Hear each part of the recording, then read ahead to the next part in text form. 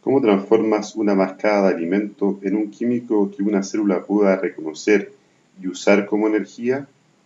El primer paso es alterar el alimento en sus componentes químicos que lo componen y luego ingresar esas moléculas a tus células. Ese proceso es llamado digestión. Una vez dentro de tus células, empieza el proceso de transformar esa mascada de alimento en energía útil mediante la respiración celular. El proceso de digestión tiene como resultado que carbohidratos y otras moléculas sean removidas del alimento consumido y transportadas al torrente sanguíneo.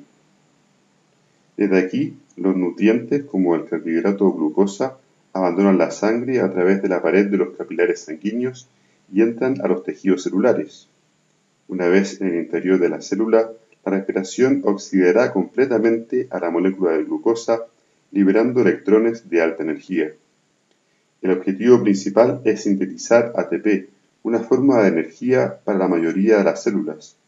La respiración celular es un proceso que se realiza en 4 etapas, que empiezan con la glicólisis.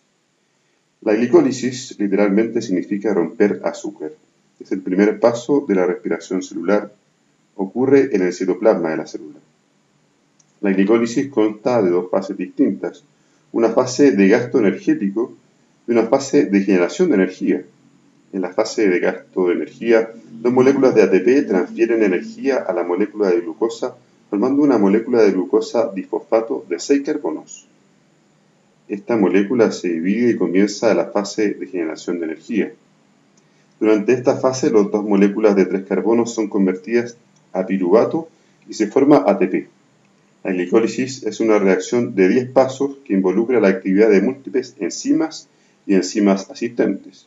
En el proceso son producidas 2 moléculas netas de ATP, 2 moléculas de piruvato y 2 de NADH, las cuales son moléculas transportadoras de electrones de alta energía. Cuando el oxígeno está presente, las moléculas de piruvato y NADH entran a la mitocondria y comienza así el segundo paso de la respiración celular, la oxidación del piruvato. Este paso involucra el movimiento de piruvato hacia dentro de la mitocondria, lugar donde esta molécula se oxida. Cada molécula de piruvato es convertida en un compuesto llamado acetilcoenzima A. En el proceso de oxidación del piruvato se transfieren electrones al NAD, produciendo NADH, liberándose un carbono que formará CO2. El próximo paso es el ciclo del ácido cítrico, también llamado ciclo de Krebs. Aquí el acetilcoenzima A se unirá con un compuesto inicial llamado oxaloacetato. A través de una serie de reacciones redox enzimáticas, todos los carbonos, hidrógenos y oxígenos en una última instancia terminan como dióxido de carbono y agua. La vía es llamada un ciclo porque el oxaloacetato es el compuesto inicial y terminal de esta vía. Por cada glucosa que entra a la glicólisis, el ciclo se completa 2 veces, una vez por cada molécula de piruvato que entra a la mitocondria. Durante la oxidación del piruvato y el ciclo del ácido cítrico hay una producción neta de 8 NADH, 2 FADH2, 2 ATP y 6 CO2 por cada molécula de glucosa. Para comprender cómo la mayoría de la energía es producida por la respiración aeróbica, necesitamos seguir a las moléculas de NADH y FADH2 en el próximo estado, la cadena de transporte de electrones. La cadena de transporte de electrones es una serie de transportadores unidos a la membrana mitocondrial que se pasan electrones de una a otra.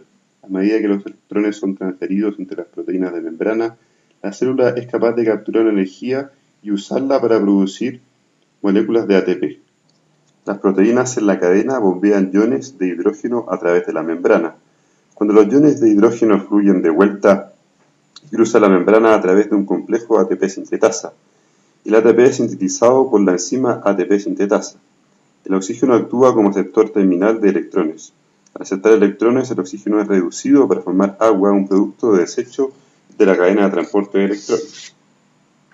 Todos los transportadores de electrones de alta energía de los estados previos de la respiración celular llevan sus electrones por la cadena. De esto se produce la mayor parte de ATP de toda la respiración celular, 32-36 ATP netos. En resumen, hemos visto cómo los 4 estados de la respiración celular son responsables de la conversión de la energía almacenada en la molécula de glucosa en ATP, la batería energética de la célula. En promedio, 36 moléculas de ATP se producen por cada molécula de glucosa que entra en la célula. En el proceso de producción de ATP, el oxígeno se extrae del torrente sanguíneo para ser el aceptor final de los electrones de la cadena transportadora y se libera dióxido de carbono, que es producido como un subproducto. El objetivo de la respiración celular es transferir energía del alimento que comemos diariamente en ATP que puede usar nuestros cuerpos. Este proceso se inicia al comer y termina con la captura de la energía de la digestión completa de los nutrientes en energía y dióxido de carbono.